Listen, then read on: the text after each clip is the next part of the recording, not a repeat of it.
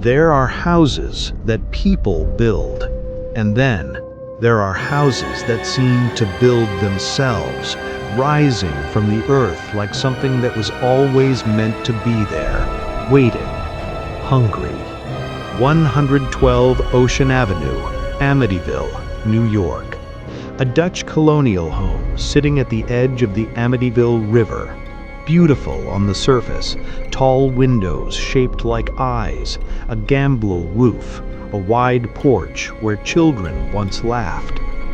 But what happened inside those walls, what soaked into those floorboards and seeped into those walls, is something that cannot be explained, something that science refuses to name, something that once you know it, you cannot unknow. This is the story of the Amityville Horror House, and we are going inside. It begins, as so many nightmares do, not with a ghost, but with a man. November 13th, 1974. It's just past 3 in the morning. The neighborhood is asleep. The river is still. Inside 112 Ocean Avenue, the DeFeo family, Ronald Sr., Louise, and their 4 children, are tucked in their beds. Nobody hears a thing. That's what haunts investigators to this day. Nobody in the house woke up. Nobody cried out. Nobody ran. Because Ronald DeFeo Jr., 23 years old, known in the neighborhood simply as Butch, walked from room to room with a .35 caliber Marlin rifle, and he shot each member of his family in their sleep, all 6 of them, one by one. None of them stirred. Ronald DeFeo Jr. showed up at a local bar later that evening. He was in a panic. "You gotta help me. I think my mother and father are shot." When police arrived at 112 Ocean Avenue, they found the bodies exactly where Ronald would later describe leaving them, face down in their beds, as if they had never moved, as if they had never even stirred. The medical examiner's report would later confirm the impossible. All 6 victims were found in the same sleeping position. Not one of them had time to react. DeFeo confessed, and then he changed his story several times. At trial, his defense attorney argued that DeFeo had suffered a dissociative episode, that voices in the house had told him to kill, that something in those walls had spoken to him. "Once I started, I just couldn't stop. It went so fast." Ronald DeFeo Jr. was convicted of 6 counts of second-degree murder. He was sentenced to 6 consecutive terms of 25 years to life. But the house was still there, still standing, still watching, still waiting for its next family. 13 months. That's how long 112 Ocean Avenue sat empty after the murders. 13 months of silence, of locked doors, of neighbors crossing to the other side of the street. And then, because the world is full of people who believe in second chances, in fresh starts, in good deals, the Lutzes came. George Lutz, 28 years old, his wife, Kathy, and her 3 children from a previous marriage, Daniel, Christopher, and little Missy, just 5 years old. George and Kathy knew about the murders. The real estate agent was legally required to disclose them. The house was listed at $80,000, a significant discount for a 6-bedroom waterfront home. They walked through it together, and George Lutz said, "History doesn't bother us. We're not superstitious people." They moved in on December 18, 1975. They would be gone in 28 days. The first sign came almost immediately. A Catholic priest, Father Pecoraro, came to bless the house.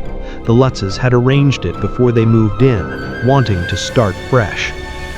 He entered the house alone, moved toward the 2nd floor, and as he raised his hand to begin the blessing, a deep, guttural voice filled the room. Father Pecoraro described it as male, commanding, Wrong. Get out. The priest stumbled backward, his hand blistered, though he had touched nothing hot. He later told investigators he felt an overwhelming pressure, a presence, a weight that was not physical but could not be ignored. He called George Lutz and told him under no circumstances should anyone sleep in the room at the top of the stairs. It was the room that had once belonged to the DeFeo daughters. What the Lutz family described over the following weeks reads like a catalog of every nightmare humanity has ever dreamed. George Lutz began waking up every morning at 3:15 a.m. exactly, every single night, the same time Ronald DeFeo committed the murders. He would lie awake, sweating, compelled to go downstairs and check the boathouse. He never knew why, he just felt pulled there. Within days, George's personality began to change. He became withdrawn, angry. He stopped showering.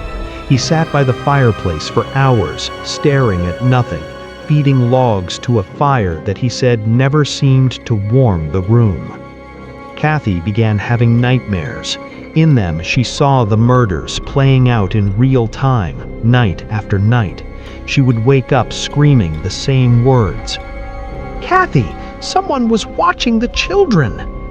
Little Missy, 5 years old, developed an imaginary friend. She called him Jodie. Jodie, she said, lived in her room.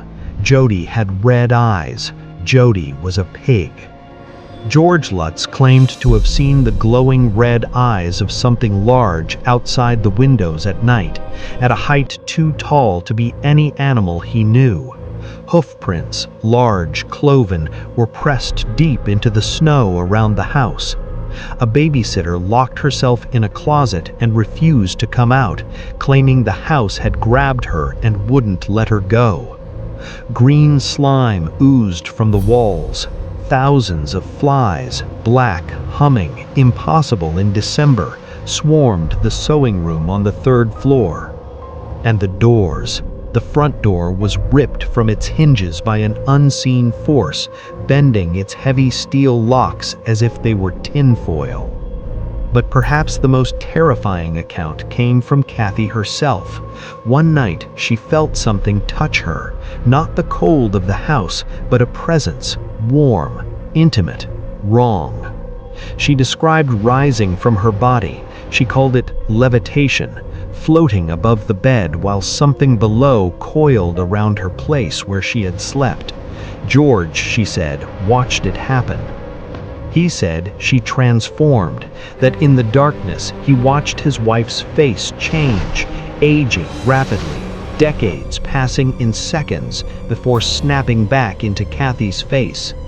George staggered backward. He said only one word. "Kathy, what are you?" January 14th, 1976, day 28. The Lutzes did not pack their belongings. They did not say goodbye to the neighbors.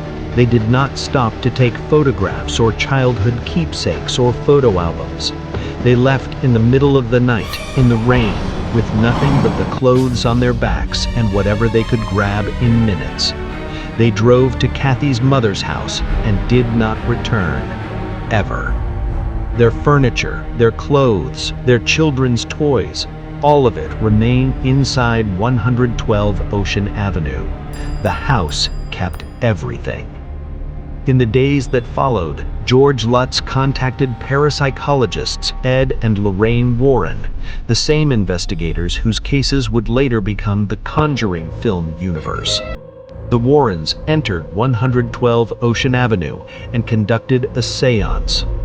Lorraine Warren was later quoted saying, "I don't want to talk about what I saw in that house.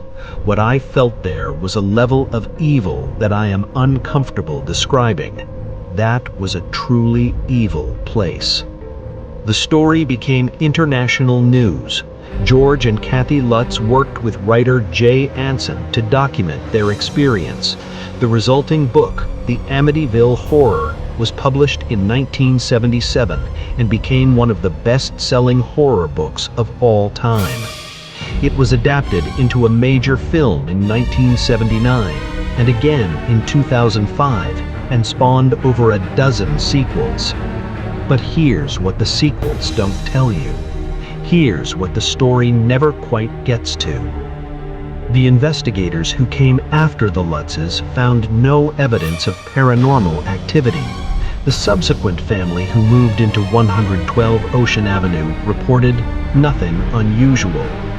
Ronald DeFeo's attorney, William Weber, later claimed he and the Lutzes had fabricated parts of the story over wine, he said, to build a best-selling book and share the profits.